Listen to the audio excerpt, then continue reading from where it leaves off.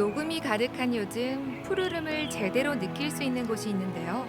아침에는 알람 대신 새소리를, 밤에는 하늘 가득 반짝이는 별을 볼 수 있는 마을이 있습니다.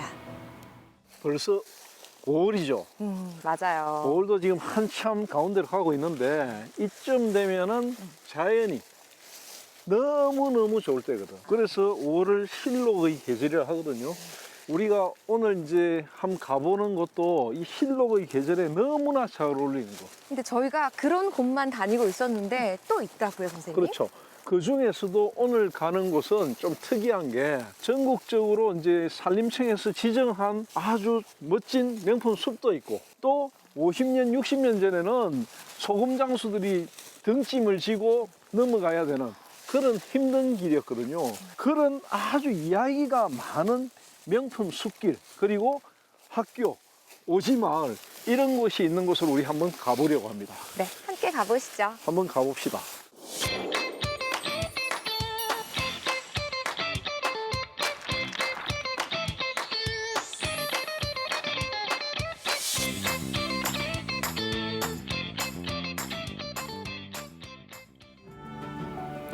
마흔 살이 넘은 나무들로 울창한 이 숲에는 많은 이야기가 숨어 있는데요. 한때 이곳은 잡초 하나 찾아볼 수 없는 민둥산이었다고 합니다. 와, 여기 오니까 쭉쭉 뻗은 나무들과 그리고 또 기분이 상쾌해지는데 이곳은 어디인가요? 여기가 예사로운 것이 아니에요. 우리나라 100대 명품 숲 중에 하나고 참나무 숲이자 독일 숲이라는 이름으로 잘 알려져 있는 명품 숲이에요. 입구에 들어오면서 명품 숲, 그리고 독일과 뭐 했다 이런 비석도 있고 이랬죠. 그게 뭐냐면 1974년에 독일이 임업으로는 굉장히 선진화돼 있거든. 나무를 살리고 나무를 가꾸는데 그 기술자들을 여기에 데리고 와가지고 여기서 이제 치산 녹화 사업 영림을 했죠. 이 사업소를 설치해 가지고 계획 조림을 한 거야. 그래 가지고 여기에 엄청난 명품 숲이 됐고 그 숲이 지금은 하늘을 찌를 듯이 울창해졌잖아요. 또 하나 이곳은 우리나라 최초로 1호 임도가 탄생한 곳. 김종관 박사라고 이 명품 숲 참나무 숲을 만든 주역이 있거든요. 그분이 중심이 돼 가지고 여기에 임도를 닦았는데 중고 불도저 하나 가지고 1년 동안 열심히 해가지고 만든 거였거든요. 근데 완성하고 나서는 전국의 지자체들이 울산 소호 임도를 보기 위해서 와가지고 이게 완전히 벤치마킹이 돼가지고 전국적으로 지금 나 있는 임도들의 모범, 표준이 됐더라고요. 와서 보니까 좋죠. 너무 좋아요. 그래서 이 1km 되는 이 숲길을 뭐라고 이름 지었냐면 망아로라는 이름을 지었어요.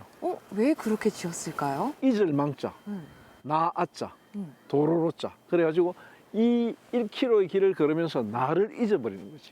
숲을 걷는 순간은 뭐냐면 자신이 가지고 있는 여러 가지 근심걱정들을 다 내려놓을 수 있거든. 그래서 치유가 되거든요. 이 피톤치드가 굉장히 많이 발생하는 나무가 바로 참나무거든. 근데 선생님, 저는 또 궁금한 게 있는데 왜 하필 참나무였을까요? 참나무가 본래 이곳에 많이 있었어요. 독일은 또 참나무를 굉장히 소중하게 생각하는 나라거든요. 여기에 자기들이 사랑하는 참나무, 우리나라에 자생하는 참나무를 결합해가지고 또 라키타 소나무라는 또 좀 특이한 소나무 종류가 있어요. 그거하고 함께 식재를 해가지고 지금 이렇게 울창한 숲이 이루어진 겁니다. 참나무 숲을 지나면 옹기종기 펼쳐진 한 마을을 만날 수 있는데요. 동화 속 풍경을 간직한 이곳은 울산의 오지 중 오지입니다. 뒤에 보면 맑은 물도 막 흐르고 있고 마을도 정말 예쁜데요. 여기는 어디인가요? 여기 해발 한 600m 가까이 되거든요. 그런 지역에 이런 오붓한 마을이 있는 거 참 놀랍죠. 여기가 소호 마을인데 대한민국의 대표적인 오지 마을 하면은 강원도, 전라도, 경상북도 뭐 이런 이야기를 했거든요. 그 중에 하나가 바로 이 소호 마을이었어요. 그러니까 해발 한 600m 위에 있다 보니까. 그렇죠. 이 시내까지도 멀고 뭐 이런 말도 있어요. 임진왜란, 네. 한국 전쟁이 났는지 몰랐대요.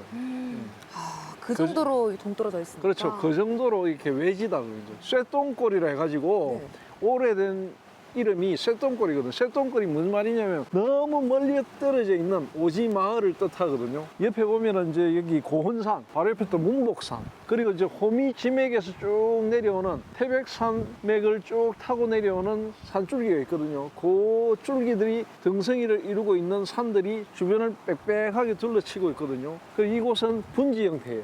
그래서 사람들이 참 살기 좋은 곳이죠. 이곳은 본래 5개의 자연부락이 있었어요. 와리마을, 당리마을, 대리마을, 대곡마을, 태종마을, 이런 마을들이 있었거든요. 네. 그런 마을들이 있었는데 1800년대에 여기 큰 불이 났대요. 홀랑 다 태워먹었는 거라. 그래가지고 좀 이제 흩어져 살던 사람들이 이 소마을로 모여가지고 여기 이제 촌락을 이루면서 지금까지 이어져 내려오고 있는 마을입니다. 소호마을에는 원주민들이 살던 집과 15여 년 전부터 들어선 전원주택이 어우러져 있는데요. 이 두 집 사이에는 특징이 다른 게 하나 있습니다. 마을을 걷다 보니까 이 대문을 봤는데 좀 신기하게도 이 대문이 없네요. 대문이 없는 집도 있고 대문이 있는 집도 있죠. 근데 대문이 없는 집들은 좀 오래된 집들이죠. 최근에 지은 집들은 대문을 다는데 예전에 소마을에는 오래전부터 있던 집들은 대문이 없어요. 왜 그랬냐면 이쪽 마을 사람들이 오래된 건기 중에 대문을 달면 안 좋은 일이 생긴다. 그런 이야기가 있어가지고 대문을 안 달았거든요. 근데 이 마을이 참 오래된 마을이거든. 그러다 보니까 여러 가지 우여곡절도 많이 겪었죠.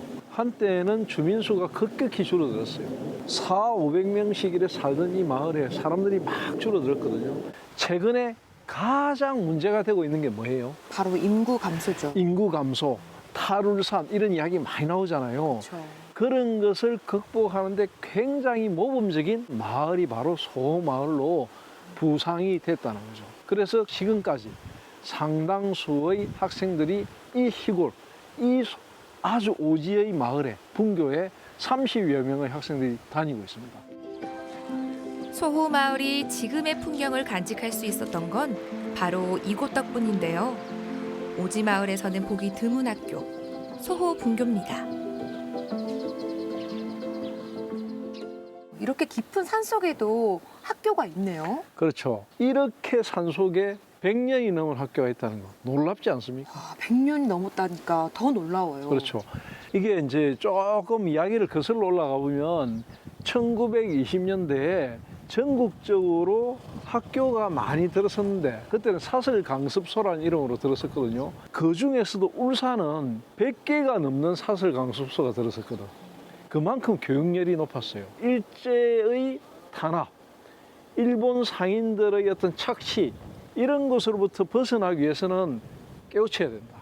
특히 일본어도 좀 가르쳤지만 조선어와 산수 이걸 중심으로 가르쳤거든요. 바로 이 소호마을에도 1923년 3월에 마을 사람들이 초가 한 동을 학교로 혼납해가지고 사설강습소로 문을 연 것이 소호분교의 최초입니다. 그런데 최초까지 와서 지금 여기까지 왔다는 거잖아요. 그렇죠. 왔다가 1944년에 정식 학교로 승격해갖고 두서국민학교 분교장 이래 하다가 지금은 이제 상북초등학교 분교장 이렇게 자꾸 변천을 했거든요. 지금은 완전히 이제 이곳을 소호 분교로서 자리를 잡았고요.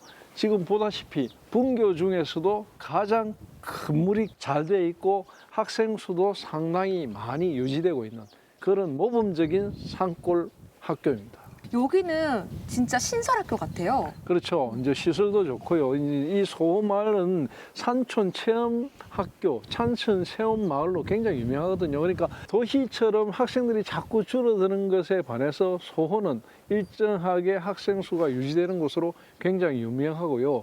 여기는 자연 친화적이고 산촌 체험을 할 수 있는 그런 학교로서 전국적으로도 이미 많이 알려져 있습니다. 소호분교 운동장에는 아주 귀한 명물이 하나 있습니다. 이 마을의 상징적 존재로 당산할배라고 불리는데요. 그 크기만큼이나 역사도 깊습니다. 와, 제 뒤에는 엄청 큰 나무가 있는데 딱 봐도 진짜 오래된 것 같아요. 그렇죠. 뭐 당연히 보수인데 울산에 국가 산림문화자산이라는 게 있거든요. 국가에서 산림문화로서 지정해 놓은 것이 두 개가 있어요. 이거하고 우리가 처음에 봤던 참나무 숲. 보다시피 이 느티나무는 엄청나죠, 그죠? 진짜 엄청나요. 예, 아마도 이런 나무는 전국에서도 보기 힘듭니다. 느티나무가 수령 400년 정도 산다고 해요. 거의 지금 400살이 다 된 나무입니다. 한때는 이 나무가 500살 넘었다는 이야기도 있었거든. 근데 이제 산림을 연구하는 임학자들이 와서 조사를 해보니까 한 350년이 좀 넘었다 이렇게 돼 있거든요. 엄청나죠? 제가 약간의 좀 더해서 얘기하자면 작은 숲을 보는 것 같아요. 맞아요. 작은 숲을 보는 것과 같고 이게 이제 당산나무였거든. 옛날에는 동네마다 당제와 당산나무가 있어가지고 정월 대보름이 되면 여기서 절을 하고 기도를 하고 무사 안녕을 빌고 했거든요. 그런 나무였어요. 1960년대 이후에도 계속적으로 제사를 많이 지냈어요. 특히 제사를 넘어서서 이곳에는 1960년대 이후에는 또 잔치를 벌인 적도 있어요. 여기서 어떤 잔치를 벌였어요? 한국전쟁 이후에 이 마을에 사람들이 많지는 않았지만 그래도 한 300~400명 살았거든. 그때 이제 이 마을 청년들이 군대에 가요. 입영하기 전에는 이 동네에서 사람들이 음식을 막 준비해가지고 북치고 장구치고 노래하고 또 제도 지내주고 그러면서 군대에 간 청년이 무사히 돌아올 수 있도록 군대 생활 잘하라는 안녕, 기원 이런 의미로서 여기에서 잔치를 했대요. 한때 주민들이 도시로 떠나면서 소호마을은 쇠락해 갔는데요. 오지마을의 숙명을 거스를 수 있었던 건 소호의 자연을 활용한 산촌 유학 덕분이었습니다. 이곳을 찾는 학생들도 좀 많았겠어요? 그렇죠. 이제 우리가 10여 년 전부터 기농기촌, 산촌 마을, 체험 이런 거 많이 유명해졌잖아요. 그 대표적인 게 바로 이 울산의 소호마을이었어요. 2007년부터 젊은 친구들이 기농기촌을 많이 해왔거든. 그러면서 자연스럽게 협동조합을 만듭니다. 이 숲과 관련된 거, 농사와 관련된 이런 것들을 많이 만들었어요. 사과, 뭐 배추 이런 여러 가지 농사와 관련된 거 이런 것들을 협동조합을 통해 가지고 경제를 활성화시키니까 자연스럽게 소득이 올라가겠죠. 그러면서 학생들도 조금씩 늘어나고 젊은 층이 늘어나니까 학교도 활성화된 거예요. 그러다가 2014년인가 15년인가 이 무렵에는 이 소분교가 전국의 매스컴을 탄 적이 있어요. 어떤 의미에서요? 산촌 유학으로. 산촌 유학이요? 네, 들어봤죠? 들어봤어요. 산촌 유학이 그때 한참 유행을 했거든. 그러니까 도시에 있는 학생들을 산촌에 있는 학교로 보내는데 부모님이 같이 오는 게 아니고 아이들만 오는 거죠. 유학을 하니까. 그러면 얘들은 어디서 지내냐면 이 마을에 있는 사람들이 자기 집에서 애들을 돌봐주는 거죠. 그리고 부모님들이 주말마다 와가지고 자기들의 농장에서 농사도 지으면서 그러면서 아이들과 함께 산촌 생활을 해나가는 거죠. 그런 걸로 굉장히 유명했거든요. 그러면서 사람들이 많이 모여갖고 한때는 400, 500명씩 되는 인구가 늘어나고 학생들도 40명, 50명씩 막 늘어나는 그런 붐을 이뤘던 적이 있었습니다. 소호의 숲과 계곡에서 뛰놀며 자라는 아이들만큼 마을도 함께 발전했는데요. 자연과 함께 살아가는 농촌 마을의 모범 사례로 손꼽힙니다. 울산실록의 소호마을 어떻게 기록하면 될까요? 요즘 많이 나오는 이야기가 인구 감소, 마을이 소멸된다, 동네가 사라진다 이런 이야기 많이 듣잖아요. 그런 이야기를 들을 때마다 딱 떠오르는 마을이 바로 소호마을이거든요. 이 소호마을은 아이들이 어떤 환경에서 자라날 때 떠나지 않고 더 많이 모여드는가. 그리고 오지나 이런 데 오면은 대부분 다 어르신들밖에 안 보이는데 소호에 오니까 젊은 사람들이 많이 보이거든요.